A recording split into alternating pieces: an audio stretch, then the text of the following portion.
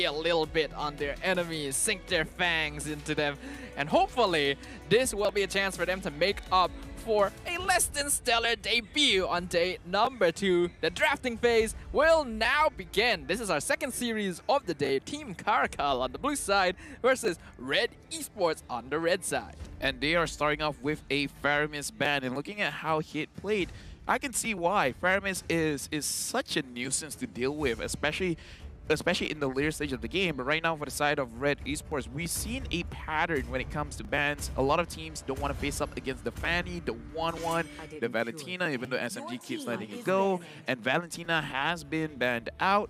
But I kind of want to talk about Tamus as well. We saw in the previous series, Tamus has been focused in the ban section, and when it's been played, it's super strong. Not sure if they're gonna ban it out, but I think Tamus should be a hero we look out for as well. It's always quite difficult now that we're in a meta where so many heroes are becoming more and more viable, because you only do have so many bans, and that means that you have to decide, you have to pick your poison, right? You have to decide which you can deal with, which you have to kind of let go to the opposition, and that's why the art of drafting, I feel, is always so entertaining to watch. You want to see how these players go about it, how the coaches decide on their strategy while responding to what the enemy team brings to the table.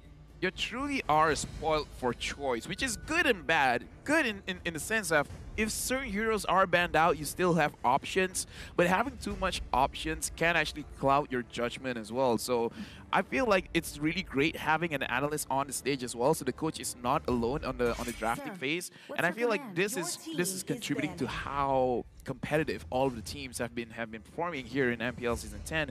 And as we talked about it, Fanny again has been banned out. Now for the side of Team CARACAL, if they don't ban out the 1-1, do they want to take the 1-1 for themselves? Because right now, looking at power picks, we still have the Julian up on board. We still have the 1-1, which has not shown itself in MPL Malaysia as of yet.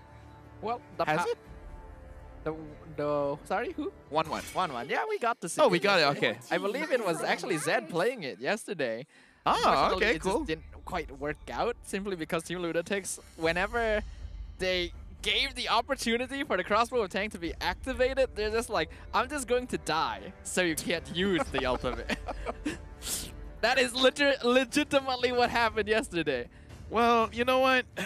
Team CARACAL, they have 9 lives. So I do. So I do want to see. All right. So the 1-1 has been banned out for Red Esports. Do they want to ban out the Julian? A lot of power picks is still open. We saw how Box performed on the Akai, and it looks like, yep, Julian is gonna get banned out. For the side of CARACAL, what is going to be their priority?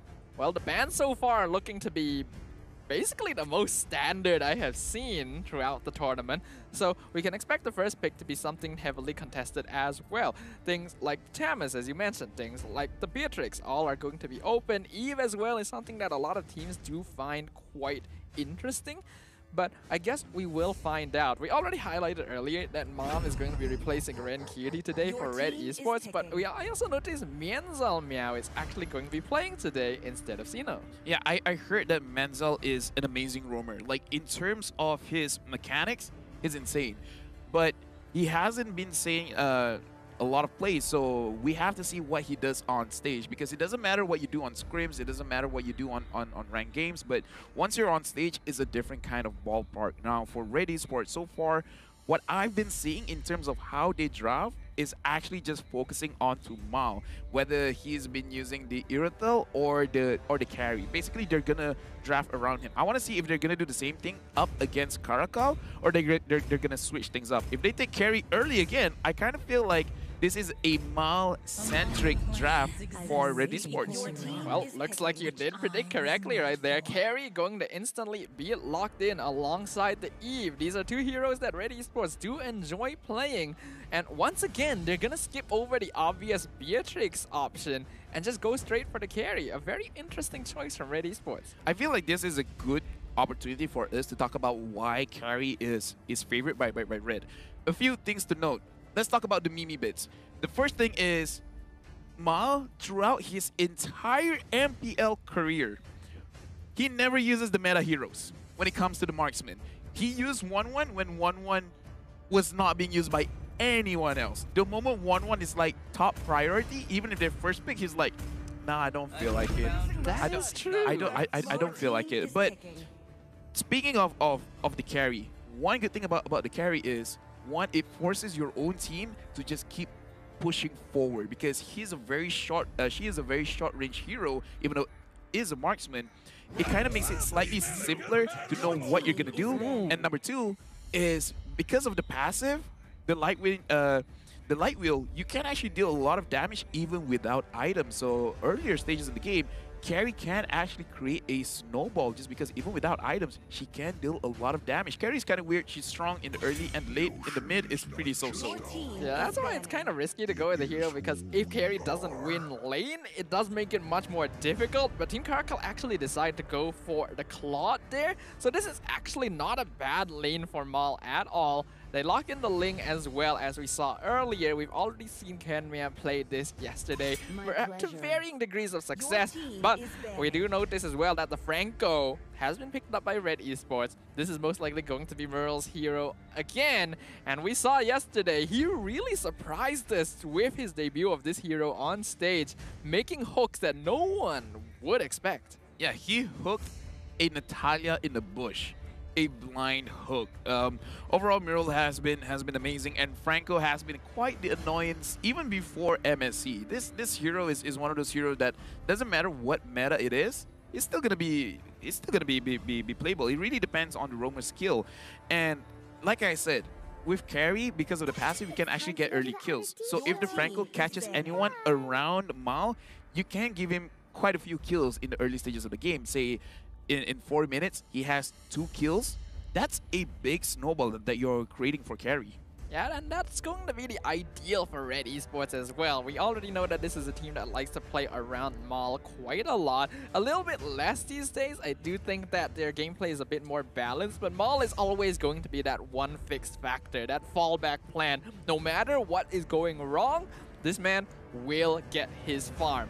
And because of that, Red Esports wants to make sure that they have control over areas of the map, especially like the mid lane, which would open up areas for Ashe to be able to roam around and create pressure, which is why you see the Lilia getting banned out. I like the Cho ban because, again, Mom is going to be in the EXP role. We saw how Ren QT used the EXP lane to his own advantage, because he created a lot of space, making it so that even if Mal is not having a good game, he has the space to farm, he has the space to deal out damage. And Mom is very good on the gel when he was playing as a roamer for the previous season. So they're like, he can do it in roam, he can probably do it in EXP. So it's a good ban in my opinion. But right now, with the Paquito being picked up, it's still a flex pick. It can go in the jungle and it can still go in the EXP. Now, we know that Zayed is usually more leaning towards assassin-style heroes, but he has played the Paquito before, just not very often, and he's not bad with it. So Red Esports just wants to open up the draft here, make things a little more confusing. Team CARACAL gonna be locking in that Akai. Considering the Ling has already been picked up, this is going to be a Roma Akai being played by Mansal today. Yes, and again, the Paquito, I feel like it's a... Oh, the Lunox being picked up. This is quite something, because Lunox has been picked. It did not bring a victory per se, but it's going to be very interesting. Talking about the Paquito can actually counter the Ling if they're both playing in the jungle, but now putting Akai in the mix, it does make it a little bit more confusing, because yes, the Paquito can fight against the Ling, but he will get pushed back. And the Benedetta is showing its face again. This is going to be a jungle Benedetta. Ooh, is it? It is. It is the jungle Benedetta. And Mom going to be playing Paquito in the EXP lane up against Tamas. Not an easy lane matchup, but definitely winnable. The Lunox pickup, as you highlighted, picked up once, didn't work out too well, but the hero is still very strong with the update to her Darkening, doing more max HP percentage damage. I'm very excited just to see how Red plays this out, because again, it's still the same kind of draft. Focus everything on to Mal. Even though Zaid Hakimi on this Benedetta, I'm pretty sure he will get kills, but his main priority is to actually create a distraction. And right now we're gonna look at the focus player Mal and Zed Meow. Again, Mal, historically amazing player in gold. Zed, if he can shut down Mal, we're gonna see a different CARACAL. Yeah, we have to remember Zed. He breathed back new life into Suha's esports last season. Will he be able to do so now for Team CARACAL? We're back again in the land of dawn, ladies and gentlemen. And a hook already starting before the game can even really get started here. Bad Boy getting picked up with the iron hook. Miro already showing his stuff. We barely got out of the split screen and he's like, yo, just to let you guys know, I'm using Franco. I was kind of crazy with it. Just to remind you. All right, don't forget, we're good. Let's start the game. Just instilling fear in your opponent before they even know what hits them. We can see there's going to be a slightly more aggressive positioning by Team CARACAL here, even pulling Rash over to secure the Litho and potentially invade, but Zayed still steals it away from them. Hey, you know what? As a rookie, his performance has been crazy. And right now, I want to see him actually developing into a more mature jungler, making sure that he makes the right plays. And look at this, Red Esport. They're putting 2 people onto the gold lane, creating a lot of pressure for Zed. As a Claude, it's already difficult for you to really do much in lane, but putting a Franco there, it's just going to create too many problems. Yeah, not a fun lane for Zed, especially with this Claude. We know that it's already a hero that tends to have a rough time against most marksman matchups. And typically when you are up against a carry, you would want a hero that could pressure it. But speaking of pressure in the mid lane, Zayed playing very aggressively. He knows he can escape any of this.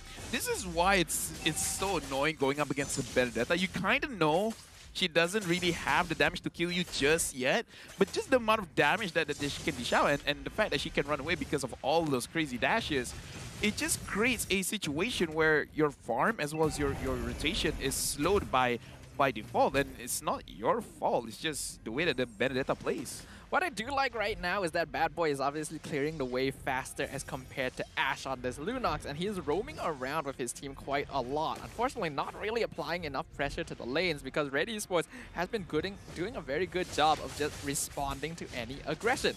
Mom now jumping on top of Rash, forcing out the ultimate, and a really nice 2-man knockup strike allows the take of the turtle going over to Zayed. Yeah, looks like perhaps a small miscommunication there where Menzel did actually push Zayakimi away. However, Canmeow, okay, he used his retribution, so he probably used it a little bit early. Let's look at the emblems. And before that, we're going to look at Miro catching out and Mal managing to get the first blood onto Zed Meow. Wait, I'm sorry, did he just hook the Claude after he used Battle Mirror Image? He flickers in, bloody hunts, and then hooks him after he TPs away. But now Ken wants revenge. Mal, he does not have any help here. That's going to be a return kill.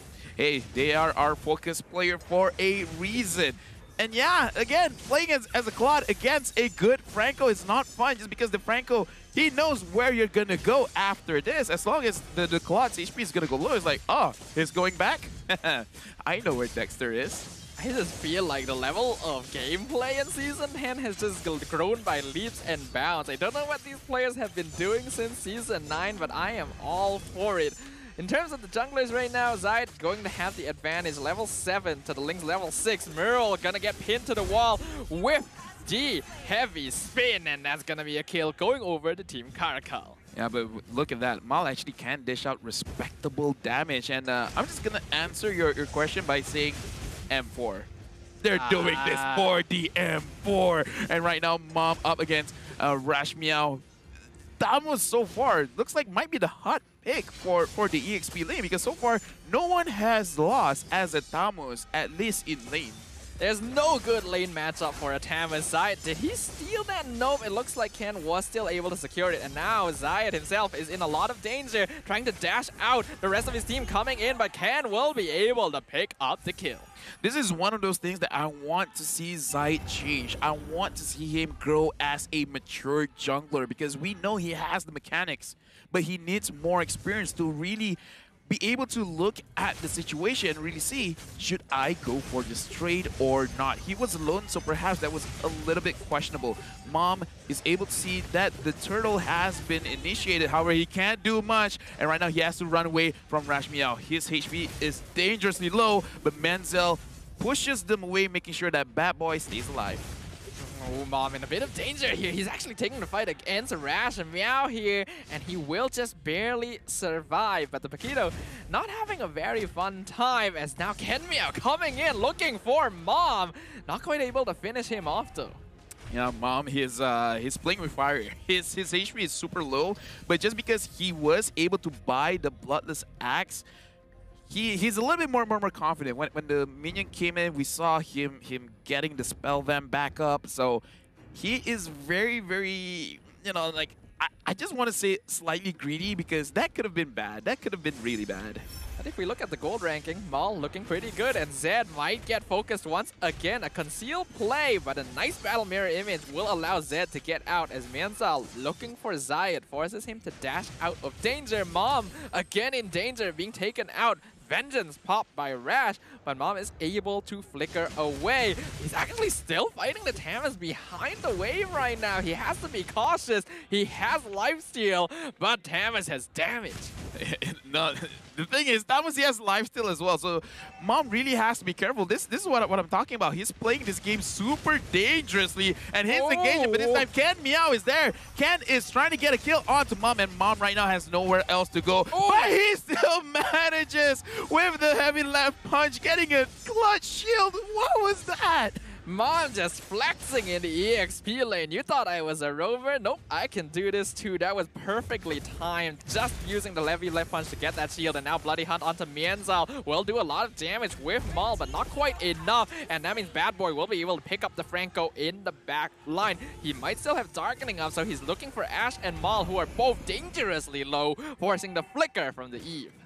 Right now, Team CARACAL, they're playing so well because they know what Red Esports want to do. They want to make sure that they win the gold lane, and Team CARACAL, they just respond. They just respond accordingly. So this is good and bad for Red Esports. The good thing is they have a very clear win condition, but the bad thing is it's too clear. It's easy for Team CARACAL to read what they're trying to do and just counter appropriately. Despite that though, Red Esports has claimed victory with this same strategy plenty of times in the past. So as long as Maul isn't put too far behind, he will be absolutely fine.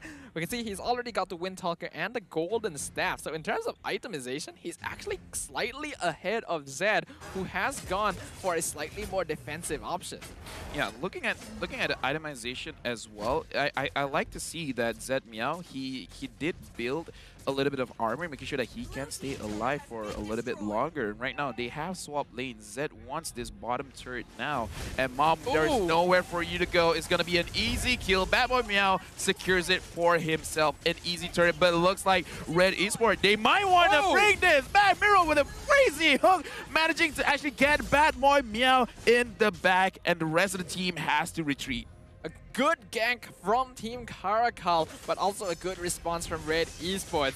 We can see here, Ken actually playing quite dangerously because he knows he has to escape to get out of the clutches of Red Esports. But so far, these teams are surprisingly even. I think Team CARACAL has definitely improved a little bit after their loss yesterday. Well, if they do win, we gotta give props to Menzel Meow, 0-0 and 5. He's been playing very, very well, making sure that whatever ganks that they do execute, either he manages to get a kill or he makes sure that his core damage dealer survives. And Miro, what a clutch hook! That just forced Mianzal to waste heavy spin. I feel like he didn't have to do that because you could tell that Maul wasn't interested in actually getting that kill. I don't think he has enough damage, but here he comes again. Bloody Hunt onto the Akai, and now they know he doesn't have his ultimate. Beautiful use of timings from Red Esports. Now they're aiming down Bad Boy, forcing out the Brilliance. Will they still follow it up? They're going to, and they will find his so much mobility. Blazing Duet from Zed, doing a lot of damage in the backline. Here comes a Rash as well, forcing Flicker from Mirror. Zayed still trying to dish out some damage, but a good disengage from Red. I kind of feel like I gotta stop talking up for the players. I was talking about how good Menzel was, and then he got caught.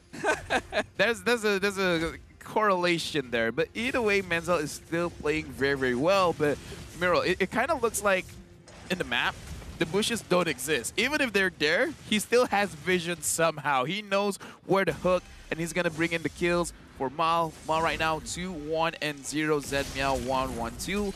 I still feel they're kind of on even ground, but as a team, Red Esports, they have a 1,000 gold lead. And now they want to go for the Lord. All 5 members of both teams are in the area. Mianzal will have heavy spin now. Lord doing a lot of damage. Heavy spin coming into the backline. Miro out of position. And now the heavy spin is dismantling the backline. Real manipulation comes out. 4 members of Red Esports still alive. They're looking for Rash and they will find it. And now Bad Boy has to use Brilliance to get away from Mom. But it might not be enough. He's dropping real low. They find Bad Boy. Mom is nearly dead, but he's still alive. And they find Mianzal as well. And that is going to be a one fight for Red Esports. I would say it's a mixture of good decision-making from Red, but bad decision-making coming in from the side of Team CARACAL, because even though their HP was low, they tried to fight a little bit more. Zed has to be careful because he is very low on mana, and I understand that they really want this Lord, but it's just 10 minutes. You could really let the Lord go away. Why did you go in, Ken? Why? This is the question from the previous team fight up until that Lord fight. Why? It's just the first Lord. It's not worth it for you to die for that Lord.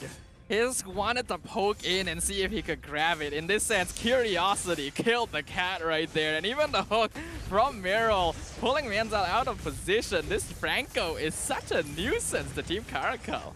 Yeah, but again, I gotta put that on Team CARACAL. That was bad decision making, because looking at the situation, if we could rewind time and look at their HP and look at their mana and look at the amount of skills that they still have, it's not a favorable fight for them to take, but they still want to take it. And then the Lord, if it was a Luminous Lord, an Evil Lord, that would be different. But again, look here, Zed Meow popping the Blazing Duet, trying to clear the minion. Mom is there alone. He flickered into the wall, and looks like he's not going to get away. Zahikimi tried to save his teammate, but look at that hook coming in from Miro, but it is on to Menzel, so he can survive. If Mal was there, it would have been a different story.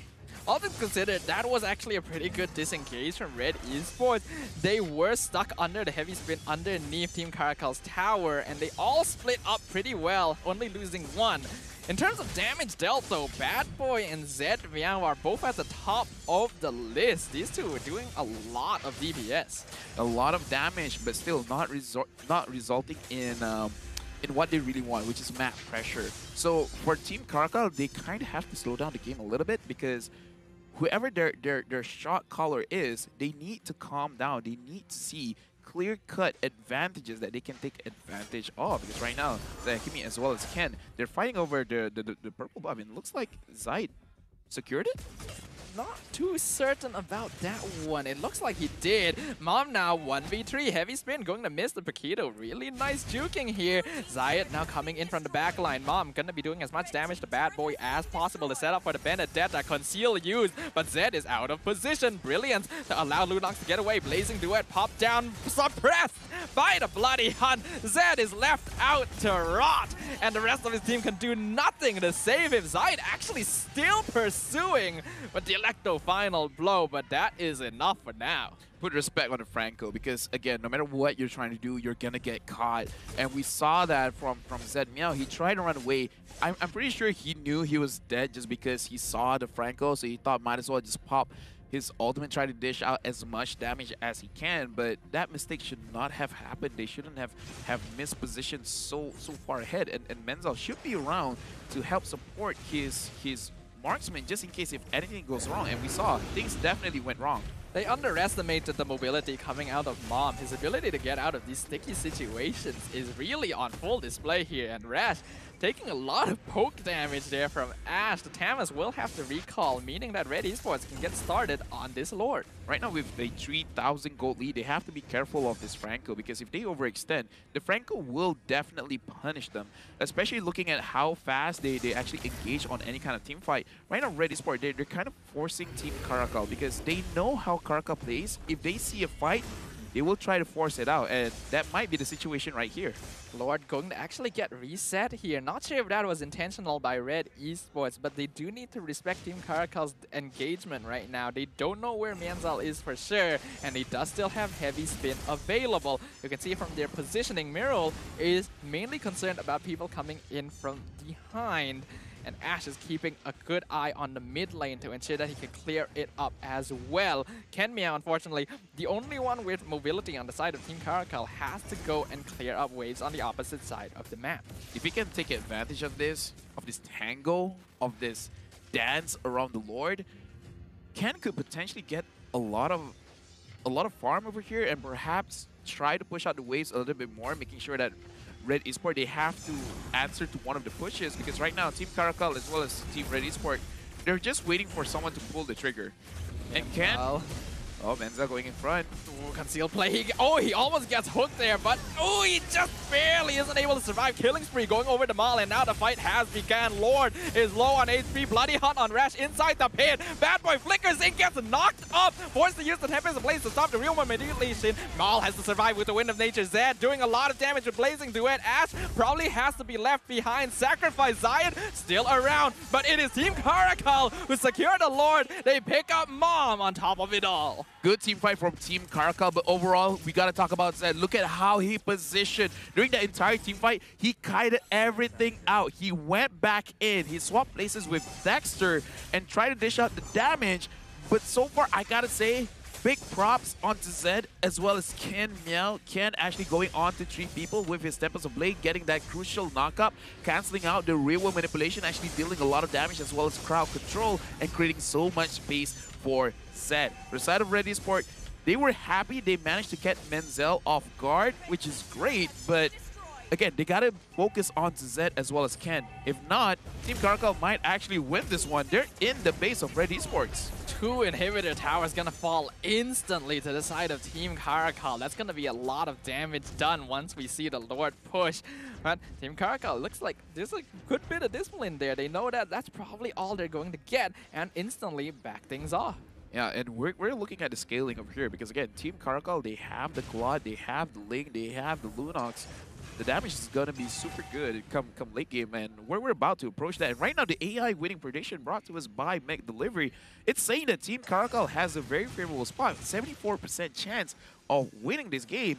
And Red Esport, again, their clear win condition is Mal. If anyone from the side of Team CARACAL, even if they have to sacrifice their own life and manage to kill Mal, Team CARACAL, they have 3 sources of damage. Honestly, even Rash could deal a lot of damage, because looking at there's 3 different people there, so who do you really focus on?